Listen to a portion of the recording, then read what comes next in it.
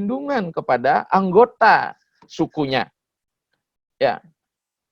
Ini bahkan kepercayaan ini masih bisa kita buktikan lama. Misal kenapa orang Bali itu misal ada di kelompok tertentu di keluarga Suling, layon itu bisa nyekah sampai tahunan itu, sampai menunggu konon dewasa yang baik.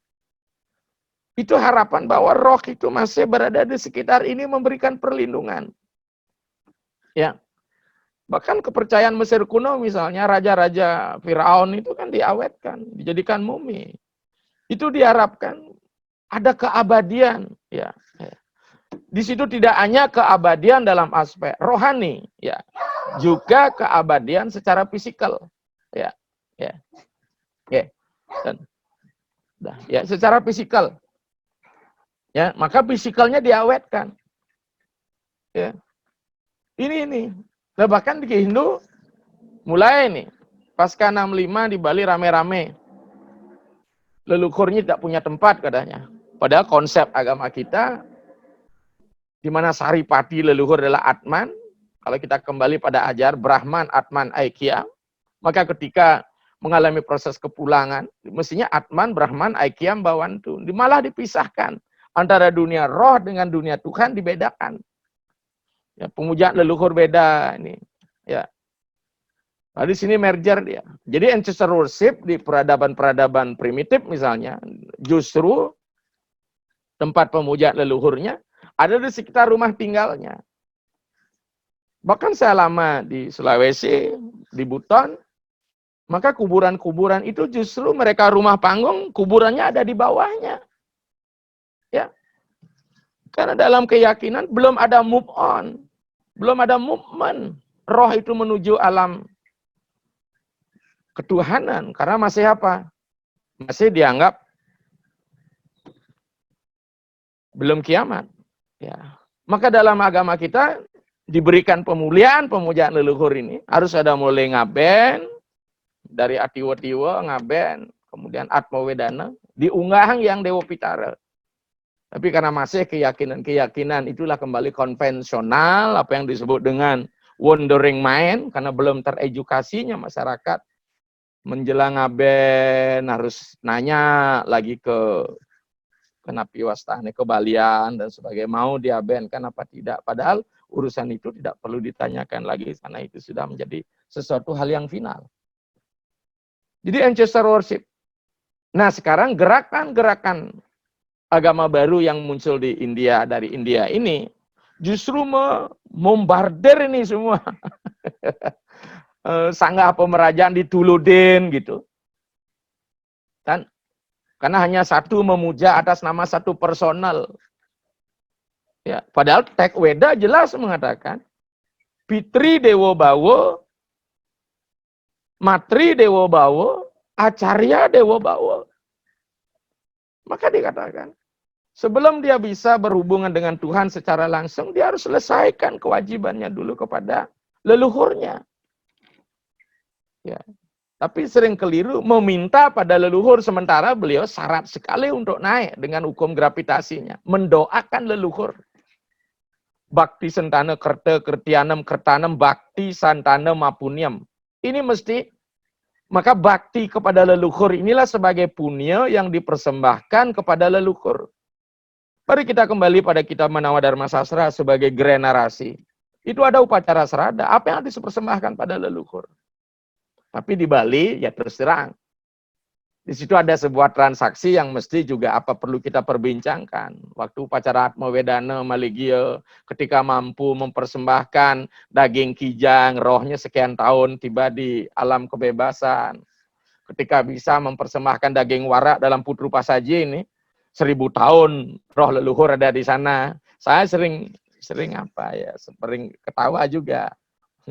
Kalau boleh seperti itu, daging warak, daging badak, ya kita harus sembelih badak. Siapa yang kasih itu sekarang kan seperti itu. Namun inilah semakin sulit kita mencari seolah-olah leluhur kita dibebaskan lebih banyak dapat bonus positif. Jadi inilah. Maka dengan demikian saudara sekalian, maka agama Hindu, ya selain dia memuja para dewa, dia juga bagaimana memuja leluhur. Ya.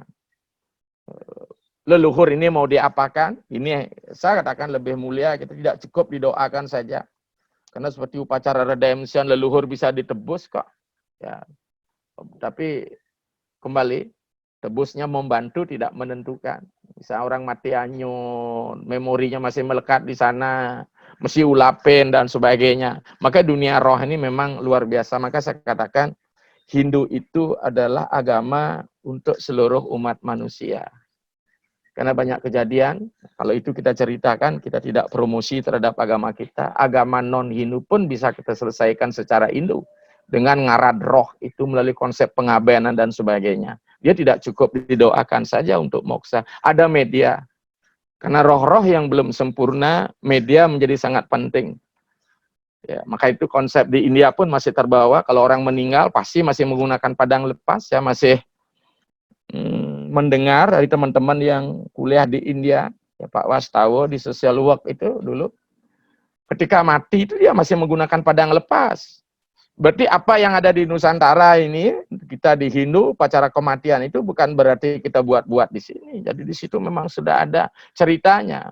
Mungkin karena di India mengalami gempuran, ya serangan, ya agresi dari berbagai keyakinan.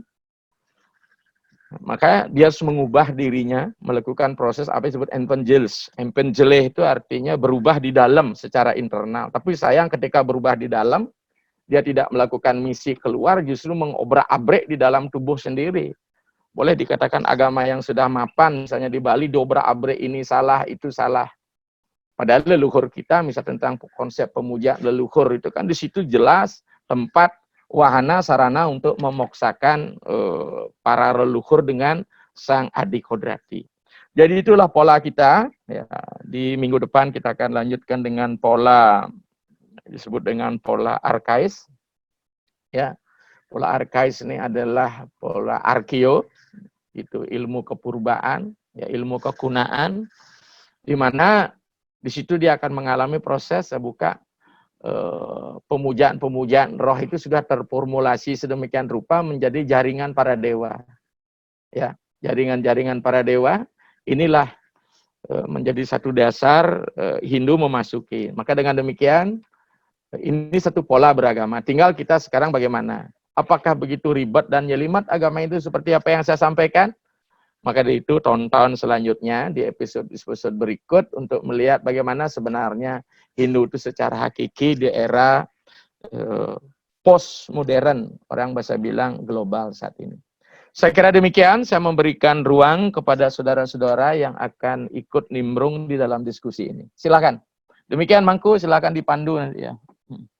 Oke, semua Ide Nalingsir sudah memberikan materi dan arahan demikian panjang. Namun karena keterbatasan waktu untuk sesi ini ada 2 orang yang sudah mengajukan pertanyaan. Satu dari Pak Nyoman Marsih, kemudian satu lagi dari Pak Basudewa. Dipersilakan Dumun untuk Pak Nyoman Marsih, dan setelah itu Pak Basudewa. Oke, lanjut Pak Marsih. Baik, terima kasih Mangku atas waktunya. Om Pak Nyoman Marsih dari mana? Yang dari Bandung, Ide pertanyaan yang sederhana saja. Tadi Ide sempat menyinggung tentang keuniversalan Hindu dan juga terkait dengan praktek kehinduan di Bali yang begitu kental dengan budaya Balinya, sehingga saudara-saudara kita yang dari luar Bali seperti teralienasi dari Hindu. Nah, pertanyaannya sederhana saja, apakah mungkin upacara atau bebantenan di Bali itu disederhanakan tanpa menghilangkan makna dan fungsinya, sehingga etnis non-Bali ini bisa nyaman kembali bergabung dengan Sanata Dharma di Nusantara. Bagaimana pandangan Ide Nalingsir terhadap pendapat tersebut? Demikian, terima kasih. Inge, saya sangat senang sekali. Kita tidak ingin ada proses Balinisasi ya. Ya, Bali itu Berarti ruang dan waktu. Ketika kita bicara ruang dan waktu, dia bersifat apa? Absolut apa relatif? Berarti pasti dia adalah relatif. Ini. Maka kita tidak ingin membalikan. Bahkan ketika saya ke Jawa misalnya, ketika melihat Padmasana, saya juga merasa sedih. Ya. Kok ada satu benda yang tidak menjadi bagian dari kehinduan orang Jawa. Walaupun secara filosofi ada. Kita kenal di Jawa itu satu adalah candi. Bangunlah candi, saya katakan. Ya, ini harus jelas karena mereka dekat. Agama itu selain membangun ideologi dalam bentuk rasional, di situ membentuk rasa, emosi. Kalau benda-benda yang ada di sekitarnya sangat asing, bagaimana bisa nyambung? Ini yang menjadi dasar. Maka terkait dengan pertanyaan Bapak tadi itu, bisakah Banten disederhanakan? Saya bilang tidak bisa Banten disederhanakan, Pak. Tolong. Ya. Tapi sudah ada paket sederhana. Paket sederhananya ada, Pak. Sama ketika kita berpakaian, ibaratkan tubuh ini. Bisakah tubuh ini disederhanakan? Ya tidak bisa. Tapi ada yang namanya tubuh sudah sederhana. Tapi komponen kepalanya ada, komponen badannya ada, komponen kakinya ada. Di badan pasti ada tangan. Ya. Kiwo dan tengen. Ya. Kiwo dan tengen itu pasti sama ketika kita stroke misalnya. Pasti otak kanan dan otak kiri. Otak kanan mengontrol tubuh kiri, otak kiri mengontrol tubuh kanan. Maka kita nggak usah pulau gembal dipotong gitu. Selera kita sama dengan jas, mohon maaf Pak, saya analogkan dengan jas. Kalau jas dipotong lengannya layak nggak? Karena ini sudah menjadi satu kesatuan. Tinggal sekarang kita melihat, karena di situ juga ada komponen badan, komponen kepala, komponen kaki. Mana Banten-Banten yang mewakili kepala? Saya katakan kita di Bali sudah dapat sesuatu yang luar biasa kok. Masih ingat? Titiang aturang pejati canang suci muang daksina sami sampun puput pratingkahing saji. Ketika kita bicara masalah kepala, sudah ada daksina. Ketika kita bicara masalah psikis tentang mental, sudah ketemu Pras, Triguna Sakti Sang Yang Widi. Ketika kita bicara masalah sodo, ajuman, kita sudah bicara masalah badan. Ketika kita bicara penyenang, nanti kita bicara masalah segahan, kita sudah bicara masalah kaki. Sebenarnya ayaban yang besar di Bali itu pejati dasarnya, Pak. Inilah disebut dengan Banten Kanista. Ya. Kaista, isto itu yang pokok. Jadi tak lain, tinggal masalahnya sekarang, saya katakan. Kita kan kembali tingkat kepraktisan. Maka saya katakan Banten di Bali itu evolusi terakhir dari Panca Mahabhuta yang kita persembahkan, Pak. Kalau mantra itu cuma evolusi pertama, kita bicara masalah bayu dan sabda aja. Ketika kita menggunakan api, kita sudah mengasuh evolusi yang ketiga. Ketika kita mempersembahkan air suci, kita nunas air suci, kita sudah menggunakan sarana apa? Ketika kita gunakan Banten, dia tumbuh dari pertiwi, kita sudah komponen. Maka itu Panca Mahabhuta, apa yang saya sebutkan sebagai Buta Matra itu. Agni, Udaka, Marut, ini menjadi satu kesatuan membentuk pertiwi. Nah sekarang kalau misalnya sulit mereka dari etnis, ya, dari suku Sunda misalnya, Wiwitan sebagai kasih kelapa, sama dengan di India, di situ kan ada kelapa. Tapi kan kita mesti mempersembahkan orang bakti itu ada seni di dalamnya. Tidak begitu saja kelapa bungkulan, mohon maaf Pak nih. Dulu saja juga di Tabanan, ya. Kelapa daksina itu justru tidak dikupas rambutnya, dibiarkan, begitu ditarik, begitu habis ini pindahkan ke sini, habis itu pindahkan ke sini. Ya. Ketika dia menjadi lingih ide betara, tentu kita harus memperlakukan sesuatu yang etis. Kita berikan kreasi. Maka nilai tambah, saya katakan. Maka saya katakan di situ, filosofi ya tanpa estetika ya tidak ada proses pemerdekaan diri. Maka estetika masuk. Maka konsep siwa kita satyam, siwam, sundaram, kebajikan, ya, kebenaran dan keindahan. Disinilah kita merangkai. Karena bagaimanapun beragama, budaya harus hadir, unsur seni estetika menjadi penting. Karena dengan demikian melalui senilah orang dibawa ke alam yang lain, Pak. Bahasa kerennya to make the otherworldly. Maka saya katakan, ketika saya coba kemarin ngajar di Rommel, rombongan belajar saudara di Tanah Toraja, guru-guru agama, saya tanyakan, mereka punya kue nggak? Segi 3, segi 4, ada Pak. Apalagi orang Bugis, rajanya buat kue itu. Bahkan Jajo Irago di Bali ada namanya klepet Bugis. Jadi dengan demikian, kita menerima itu di situ jadikan dia sebuah filsafat. Kalau mereka memang tidak bisa membuat Banten seperti itu, jadikan sebuah offering dengan simbol-simbol tadi. Buat yang segitiga, buat yang segi 4, buat yang lingkar mau di kue, mau di tipat, mau di jajahitan, silahkan. Jadi nilainya sudah mengalir seperti itu. Demikian Pak, ya. Dengan demikian kita tidak mesti harus berpatokan pada Bali. Maka kemarin saya juga di Palembang, di Sumatera, di Pura, di situ dibuat Padme. Padahal di situ ada sebuah kerajaan Buddha terbesar, kerajaan Hindu Tantrik terbesar di Panukal Abang, Lematang Hilir, bahkan saya sempat melakukan upacara entas-entas. Kenapa kita tidak padukan Siwa Tantrik, Buddha Tantrik, dan Tantrayana menjadi satu kesatuan? Jadi ketika kita bertitir atau ke Palembang, kita tidak melihat nuansa puranya seperti di Bali. Ya, ini ada konsep, saya katakan mohon maaf, ini ada Padme Saneng Isasi di seluruh Indonesia ini.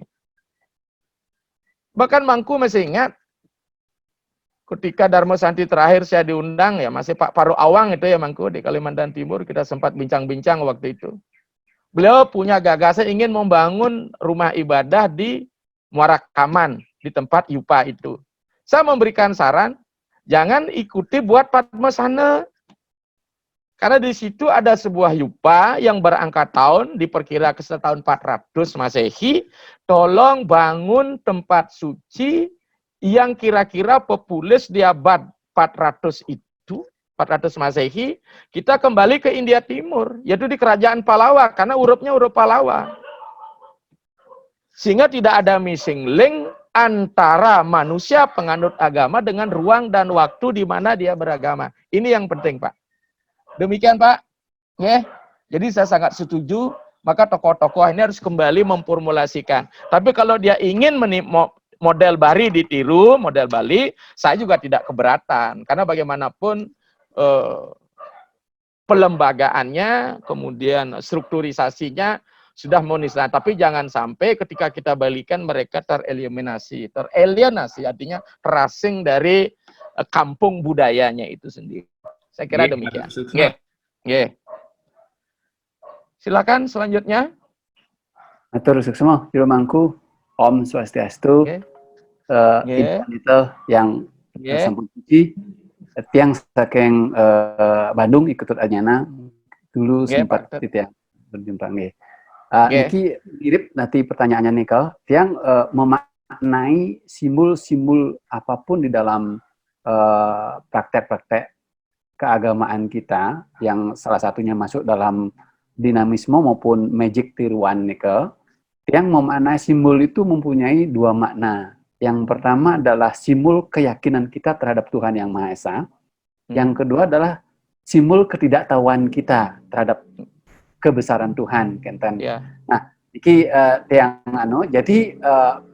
jadi masalahnya kadang-kadang ada banyak umat yang saklek akan simbol itu harus demikian dan harus menggunakan yang itu, sedangkan kaum milenial justru mempertanyakan mengapa harus itu, dan juga faktanya sekarang untuk mendapatkan simbol itu terkadang ketersediaannya sudah sulit, langka, bahkan mungkin punah kalau tidak ada yang membudidayakan.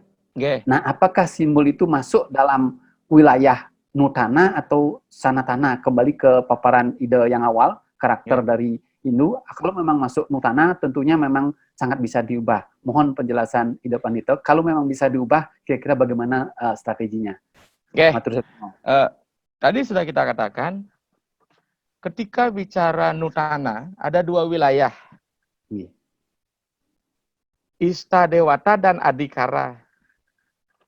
Terhadap Istadewata aja kita tidak jatuh bangun dengan satu nama Tuhan kok. Ya. Apalagi hanya Adikara, disiplin, jalan. Ini mengapa kita harus tidak mau berubah? Kan seperti ini kok ya. Karena memang harus sudah diubah. Hanya permasalahannya sekarang. Ideologinya ya, karena kita siwasidanta, ideologinya kita jangan tinggalkan itu. Casingnya bisa berubah, maka dengan demikian kesediaan. Maka itu di Bali, mohon maaf, ada yang mengatakan di Bali dengan Banten boros ada kemiskinan. Kita tidak pernah melihat multiplier efek yang dihasilkan oleh yatnya. Sementara nih kita wentan nak Bali tidur di beten jembatan nih, ulian sengai Banten gitu, ulian ngai Banten nih.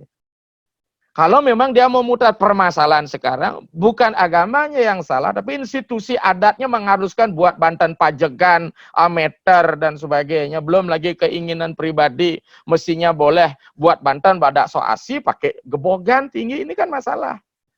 Makanya Titi yang bilang, nilai Dharma itu sendiri untuk ya dialokasi dari income kita adalah 1/3 dari penghasilan. Kalau iatnya materialnya dikurangi, ya dana punionya yang ditambahkan sama seperti ini, Pak. Ya, kan begini nih, volumenya begini, Pak. Ketika materialnya dikurangi, dana punionya dinaikkan. Oh. Ya, jadi volumenya sama.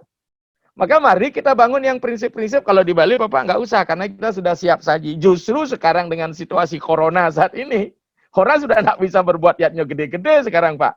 Justru memberikan ruang mereka untuk apa? Dan karena terus terang, kalau upacara yatnya melahirkan kapitalis, bahkan oligarki loh Pak, Sulingih menjadi, mohon maaf, setidak gini, juga tidak salah mengapa Sulingih mengalami, karena semua umat minta di tiang nuna sampun pragat gitu nih. Bahkan yang lucu bukan hanya Banten disediakan Sulingih, kayak yang terob, kayak yang angklung gitu loh Pak. Kayak yang resepsi disediakan, ini kan sudah bukan monopoli oligarki ini. Maka itu konsep dunia berbagi nggak ada. Bahkan Sulingih masuk tidak salah juga bisnis ini, bisnis itu. Jadi dengan demikian maka dengan demikian saya katakan, dia tetap adalah konsep apa disebut dengan nutana.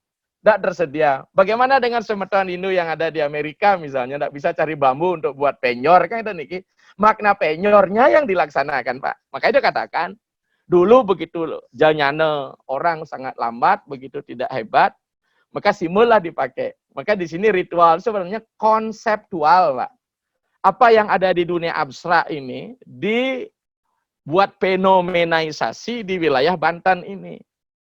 Tapi karena memang di situ nilainya tantrek, magi yang kuah ini bisa kalau kene gitu. Saya sering bilang mohon maaf, jangankan upacara yang bisa kita hitung, maka ada istilah di Bali, Banten abale alah dening Banten adulang. Banten adulang alah dening canang atanding. Canang atanding alah dening kena sane suci nirmala. Tapi ketika bisa buat Banten abale, masa canang ini kena nining angon. Disitulah kita memperankan, bisa ngai semat, bisa menjajah. Niki sosialnya Pak, society-nya menjadi sangat penting. Tapi sekarang, makanya di Bali orang sudah tidak lagi bisa nguopin dan sebagainya. Itu gimana? Sama dengan di Jabodetabek kemarin, ayaban begitu besar untuk di pura boleh kata kayangan jagat di Jagatkarta, buat Banten kecil pasti Sulingih nggak mau muput, apalagi di Bali itu perannya mangku, kan gitu aja. Maka saya katakan, filosofinya cari, ideologinya cari, silahkan wujudnya kita sederhanakan. Sama seperti tadi Pak, maka kalau memang kita situasi tidak memungkinkan bawa kendaraan besar, lah kendaraan kecil pakai, kan seperti itu nilainya. Nah, saya katakan, bisakah Banten dihapus? Saya katakan tidak. Banten cara Jawa silahkan. Gitu, saya tidak ingin hegemoni Bali masuk. Banten cara Jawa silahkan dan sebagainya. Nah, jadi ini masuk karena benda-benda ini hadir untuk mewakili yang bersifat abstrak. Jadi dengan demikian Bapak, jadi Bapak nggak usah khawatir. Toh di dalam puja, ya kan? Dalam puja pemungkah Sulingih, inak sarem inak padam ina mantra tatai waca kina bakti kina wardi sada siwa nama mantra kinam kriya ina bakti inam maheswara. Jadi semua ini kurang. Bahasa Balinya Pak, gumi atau reken betaronu kuang gitu loh Pak. Karena Tuhan itu maha besar. Tapi melalui Banten ini kita kecilkan beliau, ya. Kenah raga matur, spirit kita aturang, fisikal kita maturan. Jadi Bapak nggak usah khawatir. Maka kalau titiang ada yang tangkil, titiang nunas pemuput, aku dah ngelah modal, selalu saya tanyakan begitu. Tapi ngelah modal bedek, dah nagih ngung serbe guling, saya selalu bilang begitu. Jadi inilah sebenarnya Hindu ini. Bahkan Bantennya besar, Ampuran sesari pada sulinggihnya tidak memenuhi standar. Jangan salahkan sulinggih jual Banten semua plus minus. Saya kira demikian dulu perbincangan kita. Nanti kita lanjut di pola berikut. Mungkin kita hampir bisa membahasakan ini 3 session sehingga dia menjadi tuntas sampai ke pola apa disebut dengan postmodern, agama posmo, agama yang tanpa bingkai begitu, spiritual. Apalagi di Bali udah muncul itu Pak. Misi nyungsung Dewi Kuan Im gitu biar Hindu. Dewi melanting. Oh gimana riwayat inilah. Saya kira demikian dulu Mangku ya.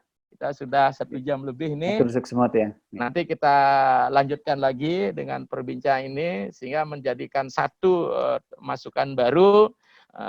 Apa yang dinilai orang-orang lain itu tidak seluruhnya benar, tapi itu menggirik kita untuk menjelaskan lebih lanjut lagi. Sekira demikian, mohon maaf jika ada yang kurang berkenan. Saya akhiri dengan Prama Santi Om. Santi Om. Suksema.